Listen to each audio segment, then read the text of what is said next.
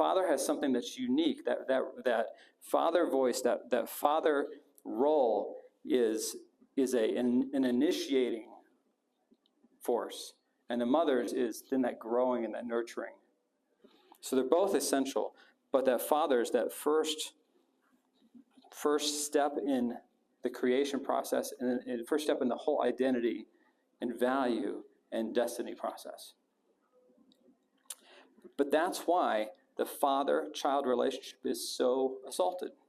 Because if that's the primary place that we get our value and our identity and our mission in life, if our enemy can interrupt that, and I think you see it in real life. If you go to a prison, this is a little bit of an extreme example, but not by much, right? If you go to a prison, you know what the number one trait among all male prisoners and even female prisoners is? They don't have a father. Do they have mothers?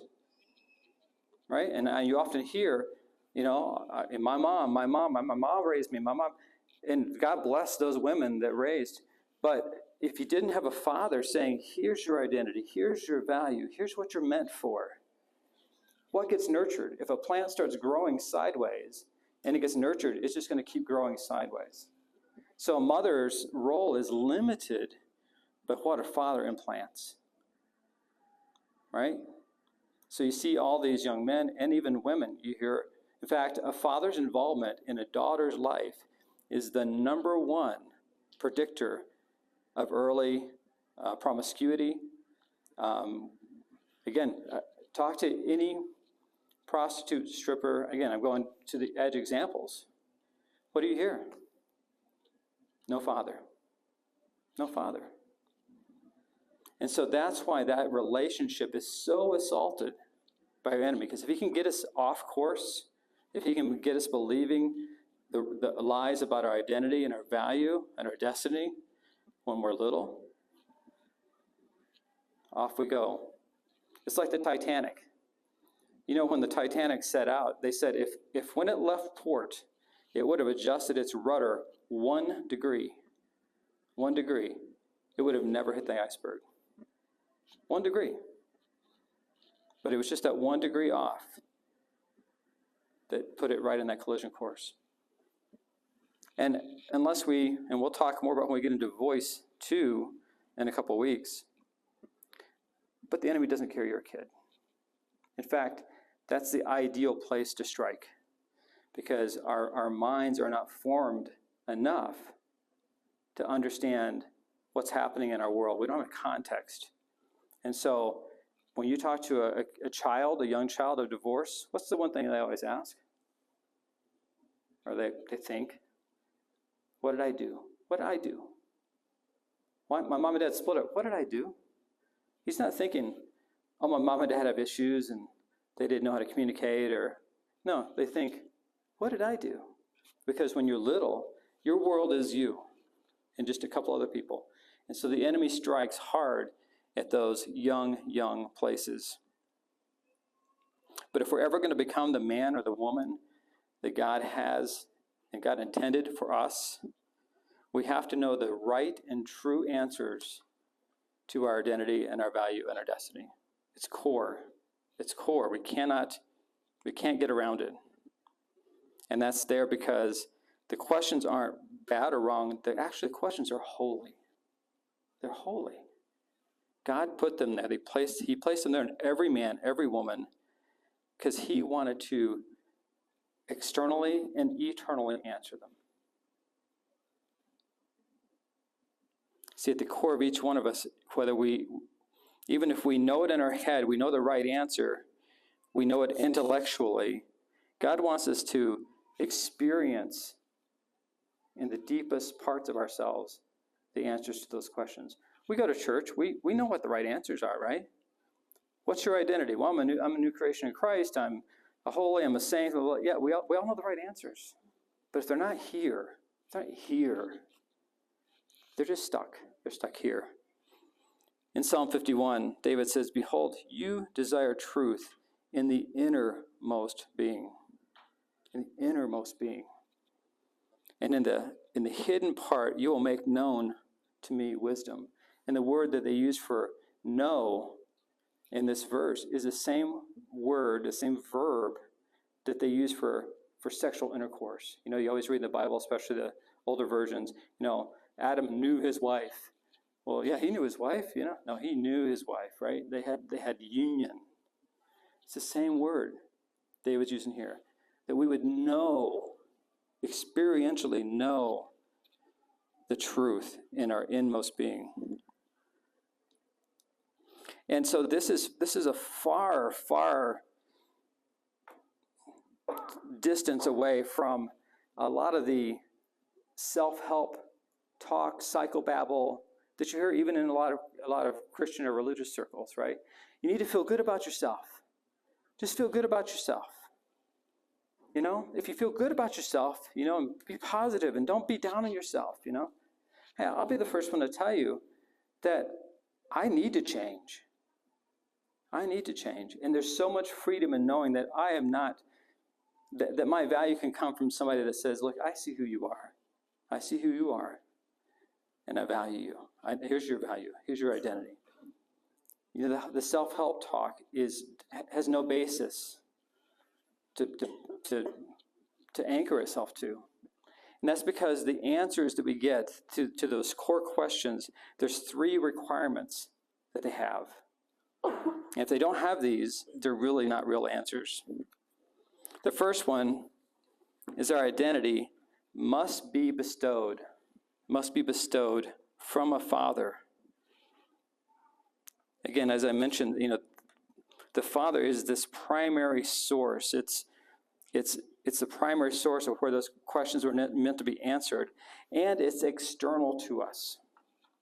It's external to us. It's you know, just like if a boat wants to anchor, it doesn't anchor itself to itself, right? It's got to anchor into something outside of itself, right? It's got to have a firm rock that it can grab onto to anchor.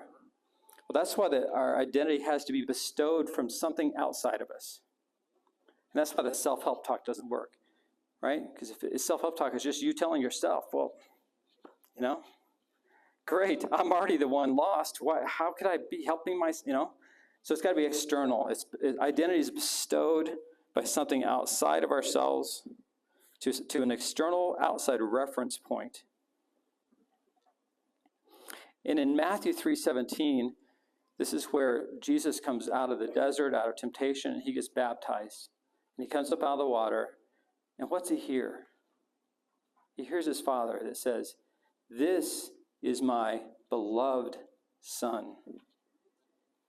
There's 2 pieces in that are his identity. One, he says, "This is my son, my son."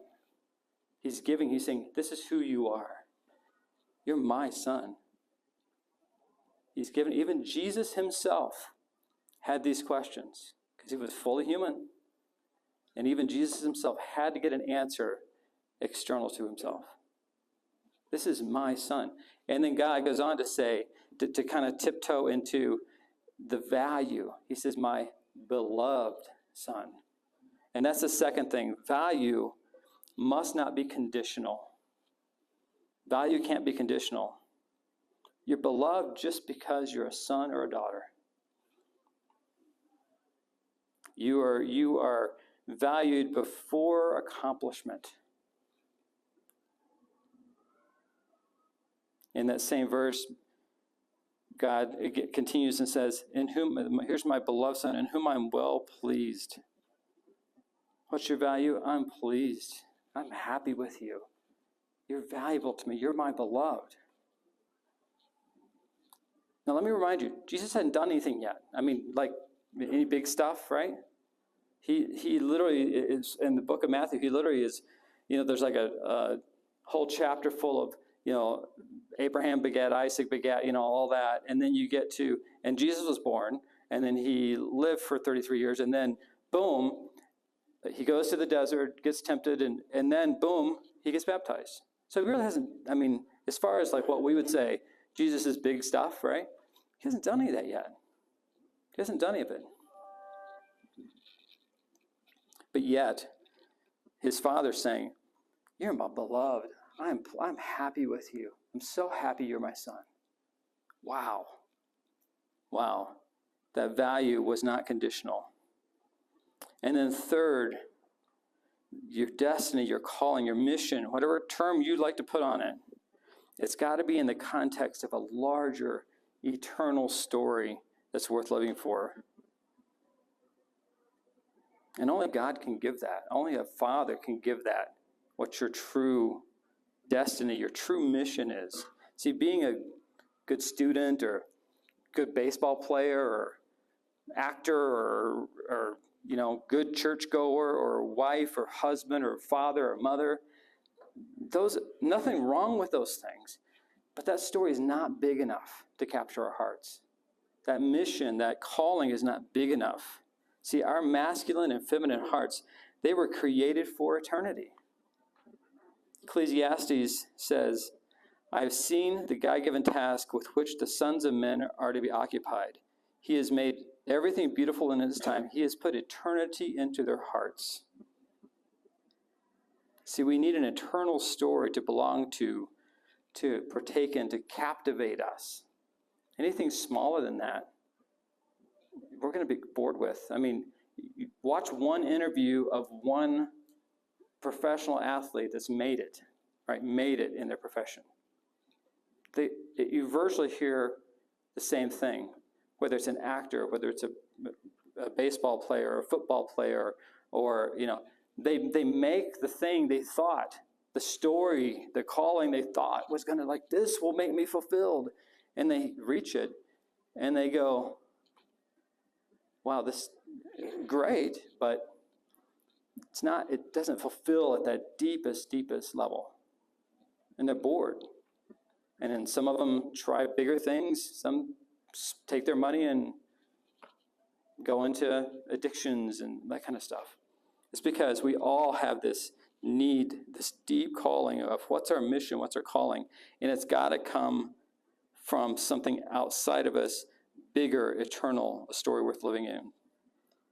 In Matthew 17:5, and I don't think I've got it up on the screen at all, but in Matthew 17:5, this is where Jesus now is he's about, I would say, 3/4 through his ministry on earth, and he takes a handful of his disciples, and they go up to this mountain, and in the Bible it's often called the Mount of Transfiguration or that kind of thing, where Jesus is praying and they see Moses and Elijah, right?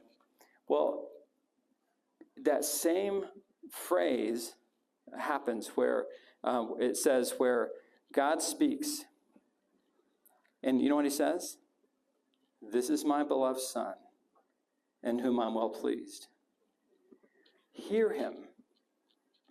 So these two little words tacked onto the end.